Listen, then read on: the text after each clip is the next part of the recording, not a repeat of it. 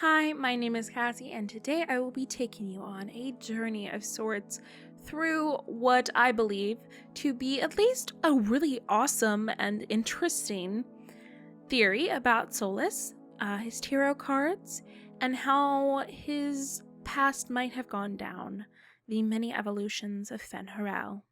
If you didn't know that, well, I spoiled it. Fen'Harel is Solas, aka the Dread Wolf, that we've established in some form or another. I highly recommend checking out the bioware forums, where a really awesome person, I think her name is Mardar, has which I think is supposed to be a joke about Sebastian. I actually never played with him yet. I have the DLC, but I have not actually gone through that because he bored me a little bit. But yeah, so that user has a great theory, which I will touch on here, and I will link it below. I don't know that everything I present will be like 100% on that, but mostly, probably, yeah. I mean, that theory kind of blew my mind, inspiring a lot of research and a lot of happiness. So thank you very much to him or her, because that was greatly influential. But now on to what my video will actually be about, and I have to start with the tarots because it feels important. So in the game, people are represented by tarots. I think the moon is Cole, and the sun is Sarah, and they're naturally at odds, which frankly makes a lot of sense. So a lot of the cards are, pretty literal here, like how you would see the characters represented. And in Solas's case, he is represented by 3 different cards. Some people, like Cullen, he only ever gets 1 card, but Cole, I think, gets 3. Solas gets 3. It's just how it works. Some people get more. If you romance them, it will change, and at the end, it will change, or after a companion quest. So for Solas, he is initially represented by the Hermit. The Hermit in tarot is generally pretty straightforward until he is paired with another card. So the Hermit alone, it's like, okay, obvious, solitude, being alone, somebody who's a hermit, somebody who is of their own kind, alone amongst people they don't consider to be their kind, something like that. But for the purposes of this moment, we're going to say that it just means he's a loner, okay? Or it could represent isolation from one's destiny, the inability to move forward in something because of other circumstances, and thus you're alone and unable to do what you need to do, which I like that interpretation. But the second card I'm going to discuss is the Tower. So if you do not romance Solas, your card will go from Hermit to, at the end, it will change to the Tower. The Tower alone signifies a great event of chaos. I like to use the example, because I'm cruel, of Dumbledore, who, if you have not read Harry Potter, again, I'm spoiling, Dumbledore dies. He done died. He falls from a tower. He is, quote-unquote, betrayed, but not really, we find out later, by Snape. So he falls, and that was an event that would have been predicted by Professor Trelawney. She has the Tower card, and you're like, oh crap, because that's what happens. I mean, it's quite literal there. There doesn't have to be a tower. It can just mean something that is coming down. It's a destructive force. Some horrible change is going to happen, or maybe just something that will be a necessary change. Yeah, it depends on how you think of it. But in the Mythic Tarot, the Tower depicts Poseidon. And if you know anything about Poseidon, you know that that is a very powerful being. So yeah, I mean, he does powerful stuff. Just think of it that way. Power. Okay, he leaves you with that card, and that's not a great card to get. No, that predicts really bad things in the future. He sees the writing on the wall. It's coming. You could even think to the mural he leaves you with, which is the wolf, who is kind of like menacing at a dragon looking thing with a sword in it. You could say that he killed it. I mean, it depends on how you want to interpret the ending. If you want to think that he killed Mythal, or if he just took something from her or took her being, most of her spark, quote unquote, or whatever the hell she calls it. I think that's what happened. I don't think he necessarily killed her. I think he needed her power, her life force. And I don't know, maybe they combined. Who the hell knows? We will see. But for the purposes of that, I'm not going to go too much into that. So sorry, Dumbledore. Now, we'll move on to the next card, which is the card that you get if you romance him, the Hierophant. This is an interesting card. The card we see, which I should mention that the Tower the previous card for the destruction, the one that he leaves you with, it shows him like his side profile. He's holding a staff. There's a crescent moon and stars, and he's walking along, and there's a huge black wolf with 3 eyes, and his tongue is out, and he's like salivating, and there's black stuff coming off of him onto the wolf. So it's really like it's a shadow. It's connected to him. It's something over him. So that's what that looks like, which makes sense for, hey, I'm gonna go do some bad shit. So the tower. But the Hierophant has Solas, and he has a staff, as always. And he is admiring some leaves on a tree with a white wolf by his side. And he's looking rather elegant, actually. And I interpreted this just from like, okay, what we see. We see that he's stopping to metaphorically smell the roses. He's seeing the world around him, and he's learning, investigating, and taking a moment to really appreciate it away from what he has been doing. So I view that as, if you're romancing him, you kind of get him to see more of the world that he's kind of so dissociated from being in the Fade. And then the wolf, you could say, oh, he's lightening up, whatever. But I'm going to go into the wolf because, yeah. So the Hierophant, just in general, is generally the depiction of the forming of a bridge between earth and heaven, the physical world and the Fade and our world, the builder of the bridge between deity and humanity, gods and the people, known as the teacher of wisdom. Yeah, so the companion wolf here is what I'm going to talk about. If you have read a lot of the Astrarium things, then you might have seen this one in the Storm Coast. It talks about Fen'Harel. He's the constellation in this case. In Old Norse, it means Fenris wolf. Now, Fenris, we all love Fenris, right? From Dragon Age 2. This text talks about the Teventers and how they pretty much kind of like stole this particular one, because there is no folklore in Teventer culture that includes a wolf. I mean, it's just nothing that exists. So we know that they were influenced, if not directly took it from the elves, as they did many things. So yeah. Fen'Harel in Norse mythology is the son of Loki, which, you know, the trickster, and Tom Hiddleston, hot and whatever. Okay. He's the father of Skoll, who is the sun chaser, and Hati, the moon chaser. So here's where we get to the story and the connections of Odin. There are 2 versions of this, but I will tell you the first one first, because this is the one that, while seems less likely, I should know. In one version, Fen'Harel, I suppose this would be his grandfather. Yeah, this would be his grandfather. So Fen'Harel says, you know, I'm going to go kill Odin, you know, during Ragnarok, because who'll notice? But he fails and dies because Odin's son, Vidar, the Thar, who is the god of vengeance in their mythology, which is the same as Elgar'non of the Pantheon, the father elven daddy person, he kills Fen'Harel instead. That's the first version. So Fen'Harel sets off to kill Odin during Ragnarok, but he doesn't, because Vidar or Vithar, the Mr. Vengeance guy, kills him. Uh-oh. But there is another story. In this story, they predict what he's going to do because he's mischievous. His father is Loki. We should have known this was going to happen. In this case, they did know.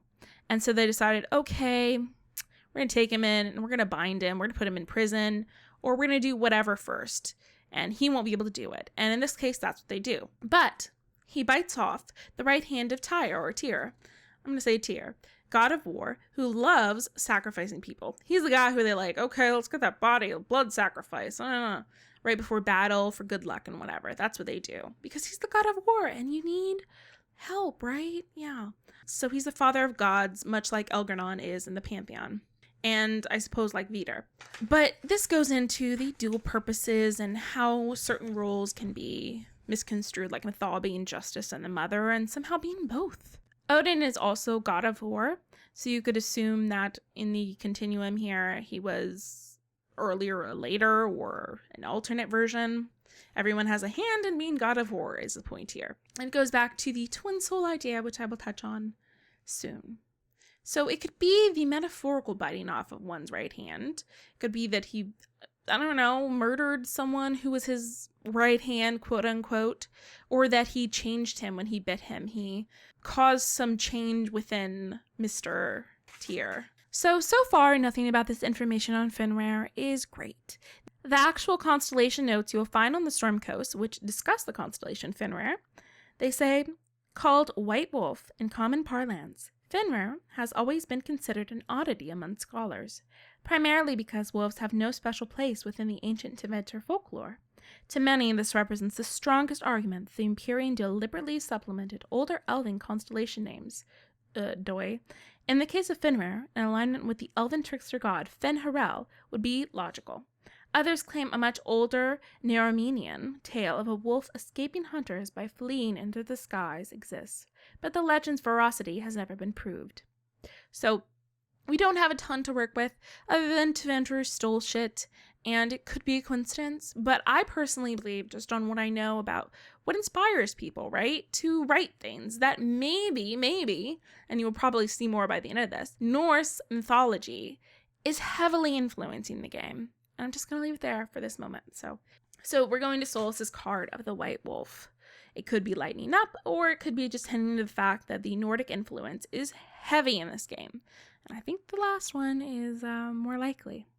So if we're to see Solas as Fen'Harel, then we could discern that he was a risky bet among the gods and they bound him. Or he was going after Odin and died, which is less likely. But I suspect that being an elven god, as we've heard, it's not easy to kill a god.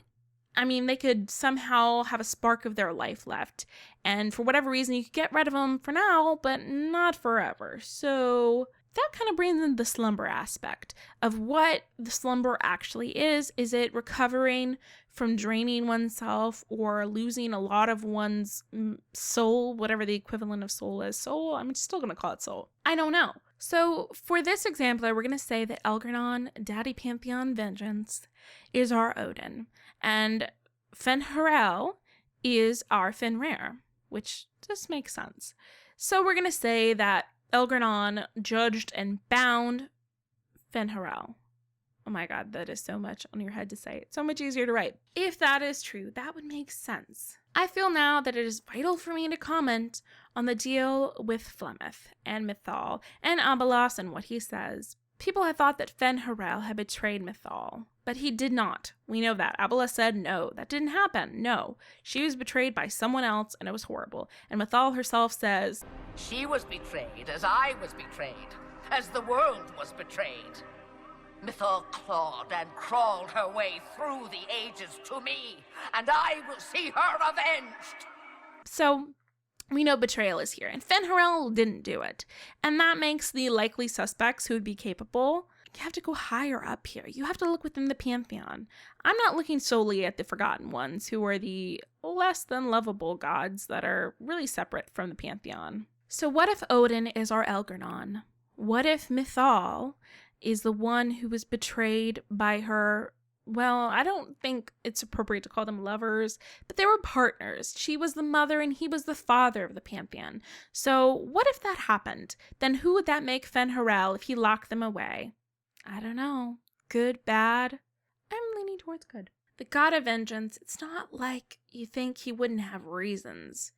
It's definitely, I mean, we've seen some of the things Mythal has been said to have done. Not great. So what about vengeance? The guy who started all this shit. Yeah. So it's a cycle, I think. Mafreth was Andraste's husband, and it's always said that he did what he did. He betrayed her to the Teventers for jealousy, that he was jealous of how much she loved the Maker, and the Maker loved her. Sorry, that's just me choking on my tongue. Or that he just was jealous of her attention. I don't know. People loved her. I always think of Joan of Arc because I learned a lot about her recently and all the things that were done to her. And I think it's very easy to pity Andraste here. But then I think about things I've known about her. And I'll give you a brief summary here and try to be as concise as possible. What I know of Andraste is this: that she was part of a tribe. And when I think of a tribe, I totally think of like hillbillies here. And I know that's bad.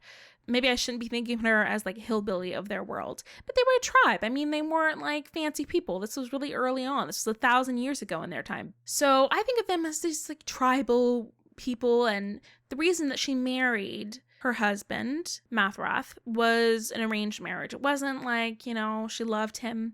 So their relationship, I mean, I'm not going to say that arranged marriages don't mean that you can't love the other person eventually, but there are conflicting stories here. In one story, Andraste is a slave as a child and she is freed, and then she comes back and she's great and everybody loves her, and her father, who was a very important person, married her off to Mafrath.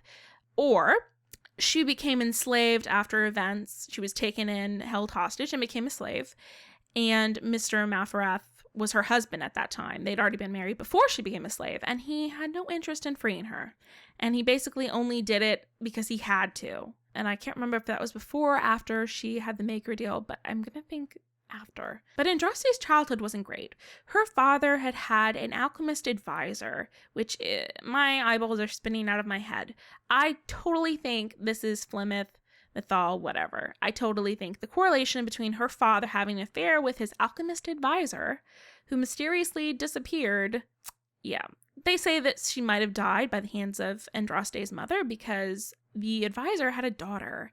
Yeah, the advisor had a daughter. So in this situation, I would say Flemeth had a daughter. But somehow the child was raised with Andraste as her half-sister. And then at some point in their life, I'm not clear on when, but I think when they were teenagers or preteens or something like that, one day Andraste saw a light in the forest and she followed her sister. And after that experience, there was badness. There was fires. Andraste came out pale as a ghost. Her sister was found in a clearing, and she was killed by means that weren't of their nature. Like, it was magic, okay? Basically, somebody totally burned the shit out of her, and Andraste was really, really, really freaked out. And she claimed to have seen the alchemist advisor. I believe, but she only claimed that later on. Initially, she was sick. Her lungs were filled with smoke, and she was sick for a long time. In fact, she couldn't have babies with Malfarath, so he had, a lady on the side, much like her father had. So her half-sister's dead. The alchemist advisor, who she claims to have seen and was talking about the old gods in that time in the clearing. But the thing about this is we could interpret it as, okay, yeah, something bad happened here with some witch. Something real bad, but why would she have killed her own daughter, the alchemist advisor? Here's what I propose.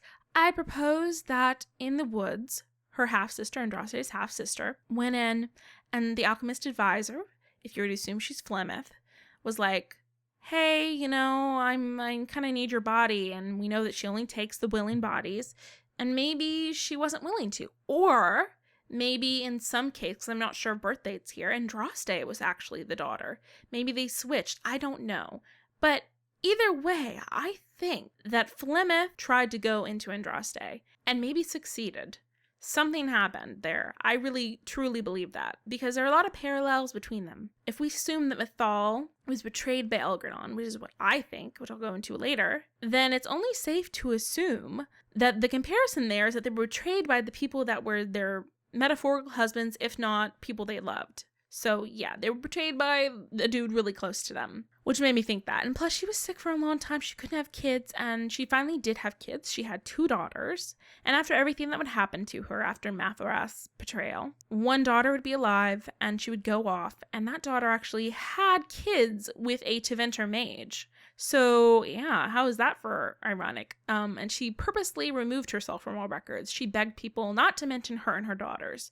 Andraste's daughter begged, and they weren't. So Andraste's daughter and her daughters and her husband, but I don't think they were allowed to technically get married, they went off and they were never heard from again. So there's a lot there. There's daughter bodies out there. There are daughter bodies out there, people.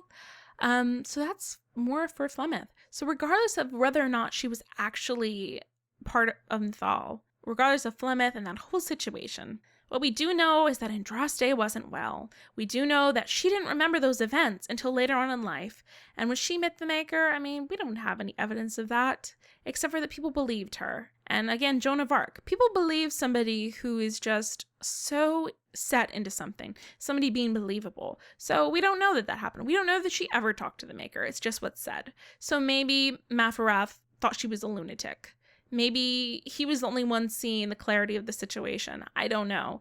I don't think it was right what he did, but I certainly don't think he's quite as bad, and that his whole being is as bad as he's betrayed. As is anyone. No one is always this evil freak. Maybe he thought he was doing good for his people. They weren't going to win that battle there in Tevinter. They wouldn't be able to hold on to what they'd had.